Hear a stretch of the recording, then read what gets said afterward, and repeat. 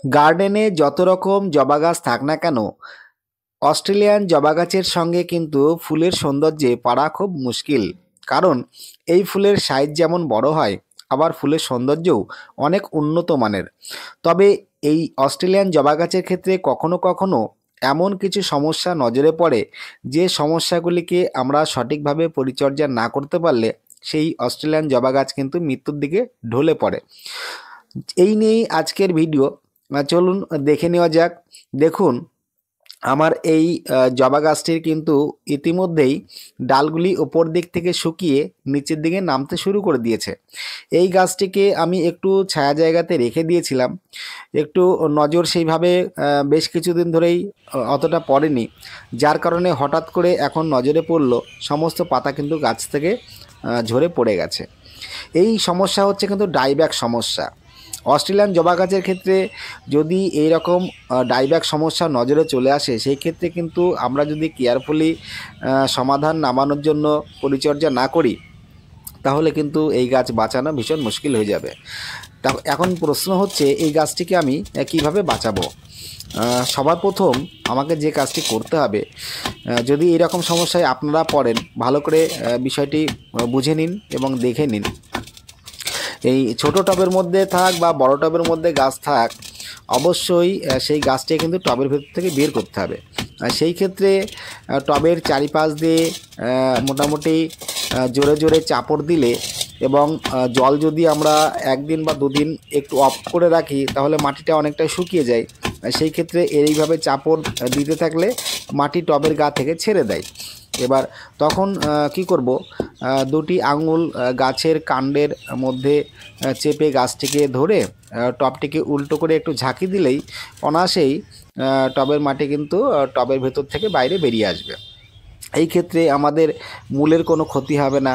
অর্থাৎ গাছটি যেহেতু একটি কঠিন অবস্থার মধ্যে পড়ে গেছে, সেই ক্ষেত্রে মূলে যাতে আঘাত না লাগে, তার জন্য আমাদের এইভাবেই গাছটিকে খুব আলগোছের উপরে টবের ভেতর থেকে বের করে নিতে হবে। এবার যেটি সবথেকে বড় বিষয়, আপনার যদি 8 ইঞ্চি টবে গাছ বসানো থাকে, সেই ক্ষেত্রে আমরা নতুন করে রিপোর্ট করব। তবে এই ক্ষেত্রে অবশ্যই একটু বড় টব নিতে হবে।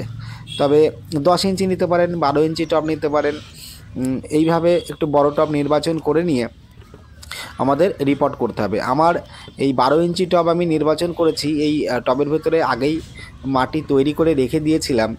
এবার এই মাটির মধ্যে কিন্তু কিচেন কম্পোস্ট, পুরনো গোবর সার, ভার্মি কম্পোস্ট, হাড় গুঁড়ো, শিংকুচি, muriate of potash, superphosphate এবং G5 দানা, সঙ্গে সামান্য অল্প একটু পরিমাণে ডিএপি সার, এগুলি কিন্তু মিশিয়ে মাটি নাই নাই করে 1 মাস আগে তৈরি করে রেখে দিয়েছিলাম। কিন্তু এই গাছটিকেই যে আমার বসাতে হবে, এইটা আমার উদ্দেশ্য ছিল না। তো যাই হোক, এখন নজরে যেহেতু পড়ে গেছে, এই গাছটিকে আমার এখন সেট আপ করতে হবে। তবে সেই ক্ষেত্রে এই ড্রেনেজ সিস্টেম তো আগেই তৈরি করাই ছিল, মাটিটা এইভাবে রেখে দেওয়ার আগেই। সেই ক্ষেত্রে আপনাদের একটু বলে রাখি, ড্রেনেজ সিস্টেম করবার জন্য আপনারা স্টোন ব্যবহার করতে পারেন, নতুবা টবের ছিদ্রের ওপরে খোলামকুচি দিয়ে মোটামুটি 1/2 ইঞ্চি বা 1 ইঞ্চি পরিমাপে মোটা লাল বালি দিয়ে জল ছিটিয়ে ড্রেনেজ সিস্টেম দেখে নেবেন যে জল পাস হচ্ছে কিনা। যাই হোক, এইভাবে করা ছিল। এবার এই গাছটি বসিয়ে এই যে মশ রয়েছে সবুজ রঙের, এই মশগুলি আপনাদেরকে ফেলে দিতে হবে এবং গাছটিকে বসানোর পরে হালকা করে কিছুটা পাশ থেকে মাটি ছাড়িয়ে দিতে হবে, যাতে শিকড় নতুন মাটির সঙ্গে খুব তাড়াতাড়ি নিজেকে অ্যাডজাস্ট করে নিতে পারে। যাই হোক, এবার মশগুলি ফেলে দিয়ে কিছুটা ভার্মি কম্পোস্ট দিয়ে নেওয়া হলো, যাতে নতুন করে একটু শক্তি বেশি মাত্রায় পায়। এবার এই নতুন মাটি তৈরি করা ছিল, সেই মাটি দিয়ে গাছটিকে আপনারা এইভাবে ভরাট করে দেবেন। যাই হোক, আমিও এই কাজটি করে নিলাম। এবার অবশ্যই হিউমিক অ্যাসিড আপনারা চাইলে এইভাবে দিতে পারেন, তবে আমি বলবো আমার সময়ের অভাবের জন্য আমি এইভাবে দিয়েছি ঠিকই, কিন্তু আপনারা জলের মধ্যে গুলিয়ে দেবেন, হ্যাঁ, তাতে উপকারটা বেশি পাবেন। কারণ হিউমিক অ্যাসিড সবসময় জলের সঙ্গে মিশিয়ে দেওয়াটাই বাঞ্ছনীয়। আমার একটু সময় অভাব রয়েছে, যার জন্য তাড়াহুড়ো করে এই কাজটি এইভাবে করলাম। এবার যে কাজটি করতে হবে, জল দিয়ে মাটিকে ভিজিয়ে দিতে হবে। এবার ভিজিয়ে দেওয়ার পর সবথেকে গুরুত্বপূর্ণ যে বিষয়টি, সেটা হচ্ছে এই শুকনো ডালপালাগুলি কিন্তু আমাদের কেটে দিতে হবে। কারণ কাটবো কোথা থেকে? এখন বিষয় হচ্ছে যেখানটায় কাঁচা অংশ থাকবে অর্থাৎ শুকিয়ে গেছে সেই শুকনো জায়গা থেকে কাটলে কিন্তু তাহলে কিন্তু ডাইব্যাক আস্তে, আস্তে নিচের দিকে নামতেই থাকবে। তার জন্য বিষয়টি একটু ভালো করে বুঝবেন। যেখানে শুকিয়ে গেছে তার বেশ কিছুটা নিচ থেকে যেখানে কাঁচা অংশ রয়েছে বা শুকিয়ে যাওয়ার কোনো মজ্জা অংশ ভেতরে প্রবেশ করেনি, এরকম পরিস্থিতি দেখে বুঝে সেখান থেকে ডালগুলি কেটে আমাদের গাছকে পরিষ্কার করে ফেলতে হবে। না হলে কিন্তু ওই ডাইব্যাক কিন্তু নামতে, নামতে একদম নিচে চলে যাবে। তখন কিন্তু গাছ আর বাঁচানো সম্ভব হবে না। আমার এই গাছটি দেখুন কাটতে, কাটতে কতটা নিচে নেমে গেল। কিন্তু কিছু করার নেই। যেহেতু গাছটিকে আমার বাঁচাতে হবে তার জন্য অবশ্যই কাজটি আমার করতেই হবে, না হলে তো এমনিই মারা যাবে। এবার কিন্তু এইভাবে পরিষ্কার করে নেওয়ার পর তারপরে কি করতে হবে বলুন তো?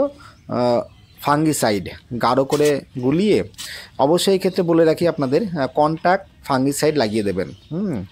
আপনার কাছে যেটা থাকবে, আমি এই মুহূর্তে যেমন সাব ফাঙ্গিসাইড লাগিয়ে দিচ্ছি, আপনাদের কাছে সাব ফাঙ্গিসাইড থাকলে সেটাই লাগিয়ে দেবেন।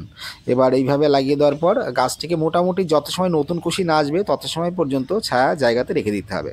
নতুন কুশি দেখার পর আমরা একে রোদে নিয়ে আসবো, না হলে কিন্তু গাছ বাঁচানো খুব মুশকিল। বিষয়টি একটু বোঝার চেষ্টা করবেন।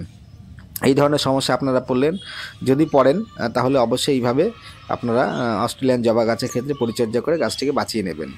যাই হোক, যদি কোনো প্রশ্ন থেকে থাকে অবশ্যই কমেন্ট বক্সে লিখে জানাবেন। আর এইরকম টিপসমূলক ভিডিও প্রতিনিয়ত পেতে চাইলে চ্যানেলটিকে সাবস্ক্রাইব করে সঙ্গে থাকবেন। তাহলে আজকের মতো এখানেই শেষ করলাম। সকলকে নমস্কার। সম্পূর্ণ ভিডিওটি দেখবার জন্য অসংখ্য ধন্যবাদ।